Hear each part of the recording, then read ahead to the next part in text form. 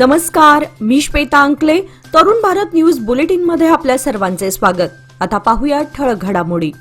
नागरी विमान वाहतूक महासंचालनालय कडून मिळालेल्या माहितीनुसार विमानामध्ये एकूण 5 जण प्रवास करत होते, ज्यामध्ये महाराष्ट्राचे उपमुख्यमंत्री अजित पवार, त्यांचे स्वीय सहाय्यक, एक बॉडीगार्ड आणि 2 पायलट्स यांचा समावेश होता. मुंबईहून बारामतीकडे जिल्हा परिषद व पंचायत समिती निवडणूक प्रचारासाठी जात असताना बारामती विमानतळाच्या धावपट्टीवर लँडिंग दरम्यान हा अपघात झाला. बारामती तालुक्यामध्ये निरावा गज, पणदरे, करंजे पूल आणि सुपा येथे आयोजित प्रचारसभांसाठी अजित पवार यांचा दौरा नियोजित होता. या दुर्घटनेमध्ये अजित पवार यांचं निधन झाल्याचं वृत्त समोर आलं असून राज्यभर शोककळा पसरली आहे. पंतप्रधान नरेंद्र मोदी यांनी या अपघातावर तीव्र दुःख व्यक्त करत मृतांच्या कुटुंबियांप्रती संवेदना व्यक्त केल्या आहेत. केंद्रीय मंत्री नितीन गडकरी यांनीही अजित पवार यांच्या अपघाती निधनाला धक्कादायक व महाराष्ट्रासाठी अपूर्णीय क्षती असल्याचं म्हटलंय. या दुर्दैवी घटनेमुळे महाराष्ट्राच्या राजकीय आणि सार्वजनिक जीवनात मोठी पोकळी निर्माण झाल्याची भावना व्यक्त केली जात आहे.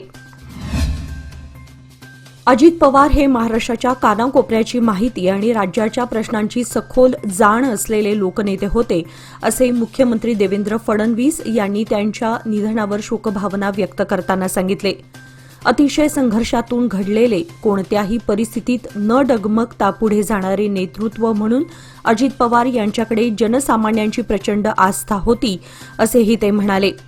महाराष्ट्राच्या विकासात अजित पवार यांचं योगदान अत्यंत महत्त्वपूर्ण असून त्यांचं जाणं अविश्वसनीय व मनाला चटका लावणारे असल्याची भावना मुख्यमंत्र्यांनी व्यक्त केली. वैयक्तिक पातळीवर एक दमदार आणि दिलदार मित्र गमावल्याचं दुःखही फडणवीस यांनी व्यक्त केलंय. उपमुख्यमंत्री एकनाथ शिंदे यांच्यासह सर्वजण बारामतीकडे रवाना होत असून पंतप्रधान आणि केंद्रीय गृहमंत्र्यांनाही संपूर्ण परिस्थितीची माहिती देण्यात आल्याचे त्यांनी सांगितले. सुप्रिया सुळे व पार्थ पवार यांच्याशी चर्चा झाली असून पवार कुटुंबाच्या संमतीने पुढील निर्णय घेतले जातील, असेही त्यांनी स्पष्ट केले.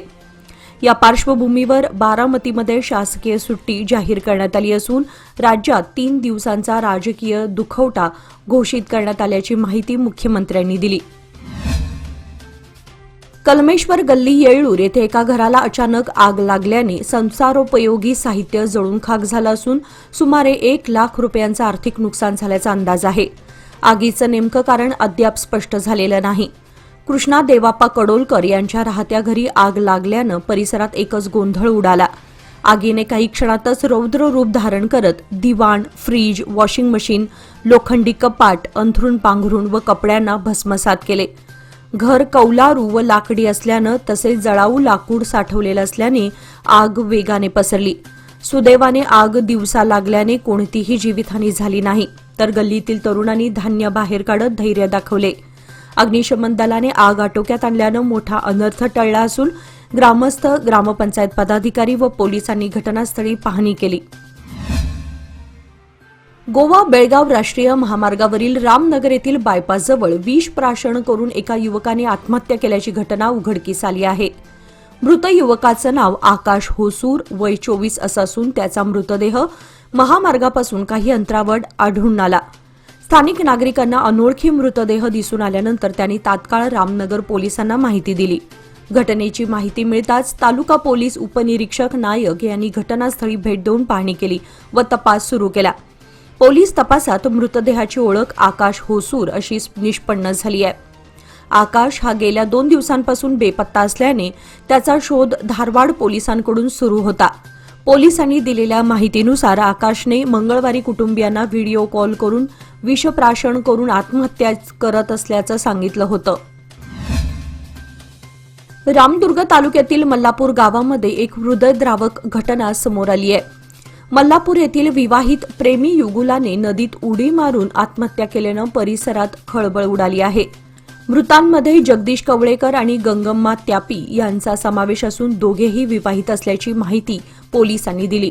प्राथमिक तपासात दोघांमध्ये प्रेमसंबंध होते आणि त्याच कारणातून त्यांनी टोकाचं पाऊल उचलल्याचं समोर आलंय. ही घटना रामदुर्ग पोलीस ठाण्याच्या हद्दीत घडली आहे. घटनेची माहिती मिळताच पोलिसांनी घटनास्थळी भेट देऊन पंचनामा केला. या प्रकरणी गुन्हा नोंदवण्यात आला असून पुढील तपास रामदुर्ग पोलीस करत आहेत. देवदर्शन आटोपून गोव्याकडे निघालेल्या भरधाव कारचा भीषण अपघात होऊन एका तरुणीचा मृत्यू तर 5 जण जखमी झाल्याची घटना बेळगाव चोरला घाट रस्त्यावर घडली. हा अपघात केरी डॅम नजीक सोमवार दिनांक 26 रोजी रात्री सुमारे 1:30 वाजता झाला. स्नेहल तानाजी घाटेगस्ती वय 27 असं मृत तरुणीचं नाव आहे. GA 03Z0792 क्रमांकाच्या कारमधून सर्वजण महाराष्ट्रात देवदर्शनासाठी गेले होते व परतीच्या प्रवासात हा अपघात झाला. केरी डॅम नजीक चालक नंदकुमार नाईक याला डुलकी आल्यानं कारवरील ताबा सुटून रस्त्याच्या कडेला असलेल्या भिंतीला जोरदार धडक बसली. या अपघातात स्नेहल गंभीर जखमी होऊन गोव्यातील रुग्णालयात उपचारादरम्यान मृत्युमुखी पडली तर इतर 5 जण जखमी झाले. घटनेची नोंद वाळपई पोलीस स्थानकात करण्यात आली असून पंचनामा करून पुढील तपास सुरू आहे. बेळगाव शहरातील रेल्वे स्थानक परिसरात क्षुल्लक कारणावरून 19 वर्षीय तरुणावर चाकूने हल्ला करून खून करण्याचा प्रयत्न झाल्याची धक्कादायक घटना घडली आहे. या प्रकरणी कॅम्प पोलीस स्थानकात गुन्हा दाखल करण्यात आला असून स्वयं दीपक चौगले वय 19 असं जखमी तरुणाचं नाव आहे. या घटनेप्रकरणी बाबली उर्फ ओम ढवळे याच्या विरोधात खुनाच्या प्रयत्नाचा गुन्हा नोंदवण्यात आला आहे. मिळालेल्या माहितीनुसार स्वयं चौगुले व त्याचा मित्र उमेश देसाई हे रेल्वे स्थानक परिसरात उभे असताना एका दुचाकीवरून चौघेजण जात होते. पुढे पोलीस तपासणी सुरू असल्याची सूचना देत चौघेजण एकाच मोटारसायकलवर जाऊ नयेत असा इशारा उमेश देसाई यांनी दिला. या सूचनेचा राग आल्याने बाबली ढवळे याने वाद घालत शिवीगाळ केली व स्वयं चौगले याच्यावर चाकूने हल्ला केला. या हल्ल्यामध्ये स्वयं गंभीर जखमी झाला असून त्याच्यावर खासगी रुग्णालयात उपचार सुरू आहेत तर पुढील तपास कॅम्प पोलीस करत आहेत. बेळगाव बागलकोट मार्गावरील कर्डीगुद्दी गावामध्ये बंद घराचा मागील दरवाजा फोडून चोरट्यांनी सुमारे 1,45,000 रुपये किमतीचे दागिने लंपास केल्याची घटना घडली आहे. या प्रकरणी मारिहाळ पोलीस स्थानकात गुन्हा दाखल करण्यात आला असून डॉक्टर गुरुपुत्र बसप्पा कोटीन वय 42 यांनी याबाबत फिर्याद दिली आहे. फिर्यादी कोटीन यांनी 23 जानेवारी रोजी सकाळी 10 वाजण्याच्या सुमारास घराला कुलूप लावून बाहेर गेले होते. याच संधीचा फायदा घेत अज्ञात चोरट्यांनी घराच्या पाठीमागील दरवाजा तोडून आतमध्ये प्रवेश केला. घरातील बेडरूममधील शेल्फवर ठेवलेल्या स्टीलच्या डब्यातील सुमारे 25 ग्रॅम वजनाचे अंदाजे 1,45,000 रुपये किमतीचे सोन्याचे दागिने चोरट्यांनी चोरून नेले. 24 जानेवारी रोजी सकाळी हा प्रकार उघडकीस आला. त्यानंतर फिर्यादी यांनी सोमवारी मारिहाळ पोलीस स्थानकात धाव घेऊन तक्रार दाखल केली. पोलिसांनी गुन्हा नोंदवून पुढील तपास सुरू केला आहे. आपले मत आपला हक्क हा लोकशाहीचा मूलमंत्र असून प्रत्येक मतामध्ये देशाचं भविष्य घडवण्याची ताकद आहे असे प्रतिपादन वरिष्ठ दिवाणी न्यायाधीश तथा जिल्हा विधी सेवा प्राधिकरणाचे सदस्य सचिव संदीप पाटील यांनी केले. भारत निवडणूक आयोग, जिल्हा निवडणूक अधिकारी, जिल्हाधिकारी, जिल्हा स्वीप समिती आणि जिल्हा परिषद बेळगाव यांच्या संयुक्त विद्यमाने शहरातील कुमार गंधर्व रंगमंदिरात 16वा राष्ट्रीय मतदार दिन साजरा करण्यात आला. यावेळी बोलताना पाटील यांनी प्रत्येक मत निर्णायक असून नागरिकांनी जबाबदार आणि प्रामाणिक नेतृत्वाची निवड करणे आवश्यक असल्याचे सांगितले. बिग बॉस सारख्या कार्यक्रमांमध्ये जात धर्म न पाहता मतदान केले जाते, मग देशाच्या भवितव्यासाठी मतदान करताना तो विचार का केला जातो असा सवाल त्यांनी उपस्थित केला. मतदारांनी कोणत्याही प्रलोभनांना बळी न पडता देशघडणीच्या प्रक्रियेत सक्रिय सहभाग घ्यावा असे आवाहन त्यांनी केले. जिल्हा अतिरिक्त व सत्र न्यायाधीश सुभाष संकद यांनी मतदानाबाबतची जागृती केवळ एका दिवसापुरती न ठेवता सातत्याने चालू ठेवण्याची गरज व्यक्त केली. कार्यक्रमात मतदार जागृती विषयक व्हिडिओ दाखवण्यात आले. दरम्यान विविध स्पर्धातील विद्यार्थ्यांना बक्षिसांचेही वितरण करण्यात आले. श्री समादेवी संस्थान, वैश्यवाणी समाज, वैश्यवाणी युवा संघटना व वैश्यवाणी महिला मंडळ यांच्या संयुक्त विद्यमाने समादेवी गल्ली बेळगाव येथे श्री समादेवी वार्षिक जन्मोत्सवाला भक्तिमय वातावरणात प्रारंभ होत आहे. माघ शुद्ध एकादशी गुरुवार दिनांक 29 जानेवारी ते माघ शुद्ध चतुर्दशी रविवार दिनांक 1 फेब्रुवारी 2026 या कालावधीमध्ये 4 दिवसांचा हा जन्मोत्सव साजरा करण्यात येणार आहे. उत्सवाच्या कालावधीत विविध धार्मिक व सांस्कृतिक कार्यक्रमांचे आयोजन करण्यात आले आहे. उद्या गुरुवार रोजी सकाळी काकड आरती व चौघड्यानंतर कुमकुमार्चन कार्यक्रम संपन्न होणार आहे. सकाळी 11 वाजता श्री देवी दरबाराचे उद्घाटन प्राध्यापिका शालिनी अनिल चौगुले यांच्या हस्ते होणार असून दुपारी व संध्याकाळी विविध भजनी मंडळांचे भजन, भक्ती संगीत आणि कीर्तनाचे कार्यक्रम आयोजित करण्यात आले आहे. संध्याकाळी 7 ते 9 या वेळेमध्ये कीर्तनकार समर्थ दीपाली देशपांडे यांच्या कीर्तनाने पहिल्या दिवसाचा समारोप होईल. याचा सर्व भाविकांनी लाभ घ्यावा असे कळवण्यात आले आहे. पतंगाने मला काय शिकवलंय सांगू? वर जाता जाता दोर सुटू देऊ नका. थोडी तरी इन्व्हेस्टमेंट एफडी मध्ये नक्की करा, कारण एफडी आहे तर स्टडी आहे. लोकमान्य एफडी सोबत मिळवा best interest rate. Lokmanya FD आहे तर स्टडी आहे.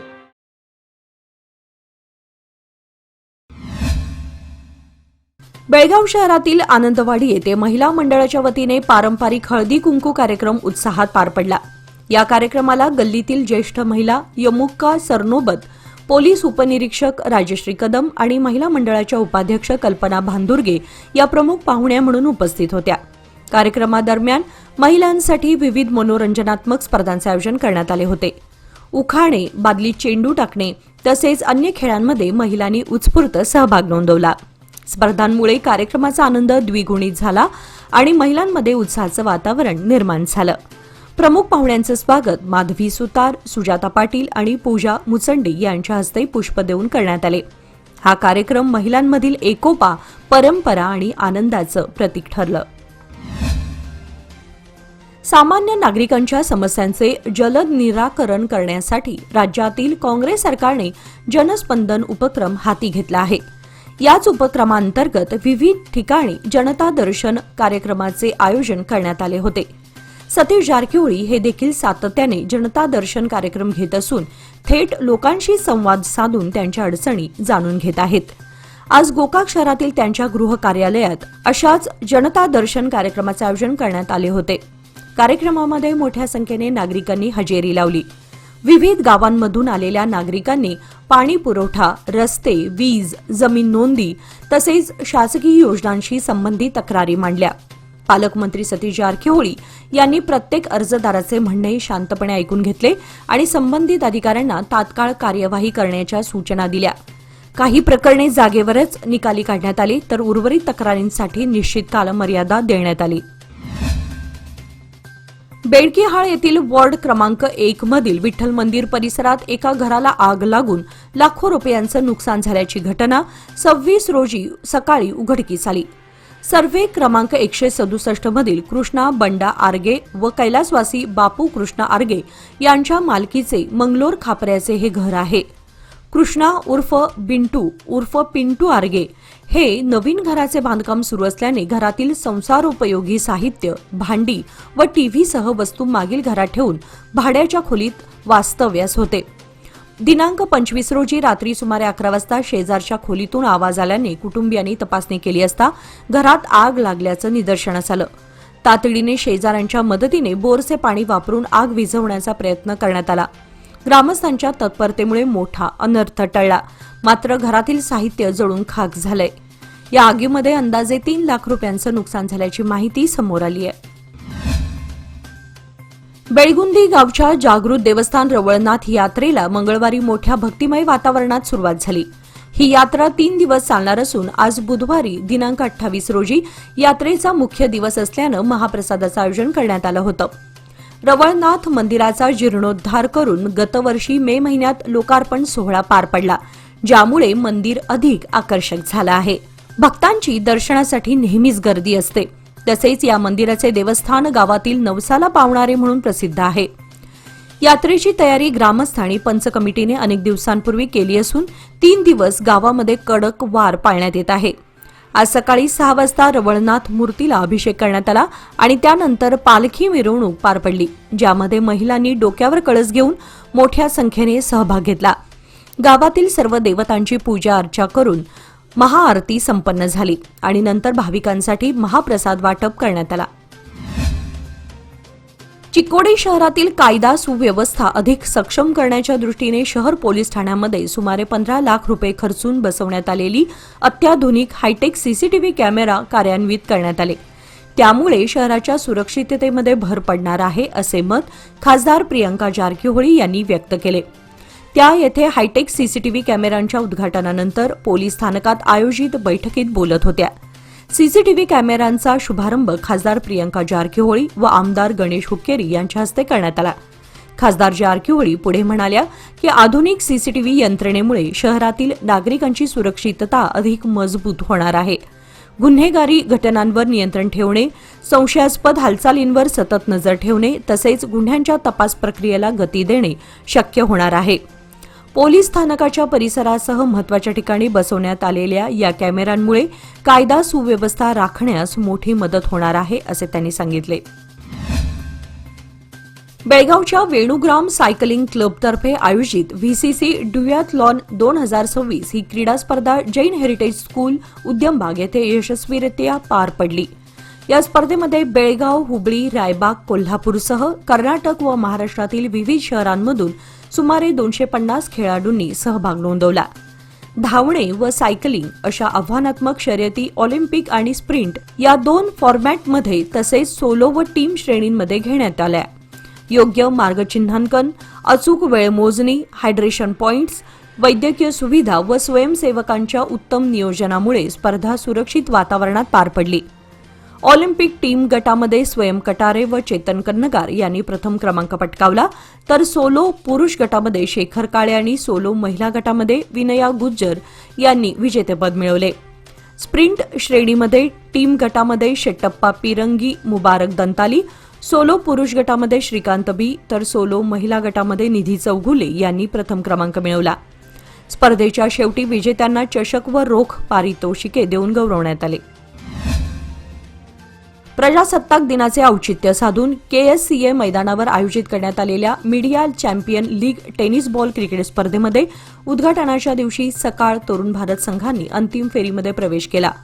ऑटोनगर येथील साखळी पद्धतीने घेण्यात आलेल्या या स्पर्धेमध्ये पहिल्या सामन्यात तरुण भारत संघाने सकाळ संघाचा 28 धावांनी पराभव केला. विजयी तरुण भारत संघाच्या तन्वीर तोटगट्टी याला सामनावीर पुरस्कार देण्यात आला. दुसऱ्या सामन्यामध्ये सकाळने पुढारी संघाचा 9 गड्यांनी पराभव केला. विजयी संघाच्या राकेश आजरेकरला सामनावीर पुरस्कार देण्यात आला. तिसऱ्या सामन्यामध्ये तरुण भारत संघाने पुढारी संघाचा 35 धावांनी पराभव करत अंतिम फेरीमध्ये प्रवेश केला. विजयी तरुण भारत संघाच्या मयूर बाळकरला सामनावीर पुरस्कार देण्यात आले. सकाळी स्पर्धेच्या उद्घाटनाला प्रमुख पाहुणे पुरस्कर्ते विमल स्पोर्ट्स फाउंडेशनचे अध्यक्ष किरण जाधव, हनुमान स्पोर्ट्सचे संचालक आनंद सोमण्णाचे, तरुण भारत कार्यकारी संचालक रोमा ठाकूर, समाजसेवक प्रसाद चौगुले, सकाळ संघाचे कर्णधार उदय होनगेकर, तरुण भारतचे कर्णधार कपिल खानोलकर, पुढारीचे कर्णधार गोपाळ गावडा, विनायक धामणेकर या मान्यवरांच्या हस्ते गणेश पूजन, श्रीफळ व यष्टीला पुष्पहार घालून या स्पर्धेचे उद्घाटन करण्यात आले. याप्रसंगी पंच जयसिंग धनाजी, बापूसाहेब देसाई, स्वप्नील जाधव, स्कोरर उमेश मजुकर व तिन्ही वृत्तपत्रांचे पत्रकार मोठ्या संख्येने उपस्थित होते. कार्यक्रमाचे सूत्रसंचालन चंद्रकांत पाटील यांनी केले, तर निरंजन पाटील यांनी आभार मानले. गोवा येथे पार पडलेल्या भव्य रोलर स्केटिंग स्पर्धेमध्ये बेळगाव जिल्हा रोलर स्केटिंग असोसिएशनच्या खेळाडूंनी उल्लेखनीय कामगिरी करत जिल्ह्याचा नावलौकिक वाढवला. या स्पर्धेमध्ये देशभरातून 300हून अधिक अव्वल स्केटर्स सहभागी झाले होते. चुरशीच्या लढतींमध्ये बेळगावच्या खेळाडूंनी एकूण 9 पदके पटकावत आपली गुणवत्ता सिद्ध केली. जान्हवी तेंडुलकर हिने उत्कृष्ट खेळ करत 3 सुवर्ण पदके जिंकली. अमिषा वेर्णेकर हिने दमदार कामगिरीसह 3 रौप्य पदके मिळवली, तर प्रीतम बागेवाडी याने 3 सुवर्ण पदकांवर आपले नाव कोरले. या यशामुळे बेळगाव जिल्ह्याच्या क्रीडा क्षेत्रामध्ये आनंदाचं वातावरण निर्माण झालं आहे. खेळाडूंच्या या कामगिरीबद्दल प्रशिक्षक, पालक व क्रीडाप्रेमींनी कौतुक करत भविष्यात राष्ट्रीय व आंतरराष्ट्रीय स्तरावरही अशीच कामगिरी करण्याची अपेक्षा व्यक्त केली आहे. रामनगर गोवा राष्ट्रीय महामार्गावरील अनमोड घाटाजवळ एका दुचाकीचा दुभाजकाला धडक बसल्याने दुर्दैवी अपघात घडल्याचं समोर आलंय. मृताचं नाव सचिन सावर्डेकर, वय 25 असं असून तो गोव्यातील एका खासगी कंपनीमध्ये काम करत होता. धडक झाल्यानंतर त्याला गंभीर जखमा झाल्या आणि रुग्णालयात नेताना त्याचा मृत्यू झाला. अपघातात दुसरा जखमी अमर ठाकूर हा सध्या उपचार घेत आहे. पोलीस आणि संबंधित अधिकाऱ्यांकडून अपघाताची परिस्थिती तपासण्यात येत आहे. या घटनेमुळे महामार्गाच्या घाट भागातील रस्त्याच्या सुरक्षिततेबाबत पुन्हा चिंता निर्माण झाली असून याबाबत पुढील तपास पोलीस करत आहेत. याचबरोबर आजचे बातमीपत्र इथेच संपले. अधिक माहिती आणि ताज्या घडामोडींसाठी पाहत रहा तरुण भारत न्यूज चॅनल. तसेच आमच्या चॅनलला लाईक, शेअर आणि सबस्क्राईब करायला विसरू नका. आणि विश्वासार्ह बातम्यांसाठी दररोज वाचा दैनिक तरुण भारत. धन्यवाद.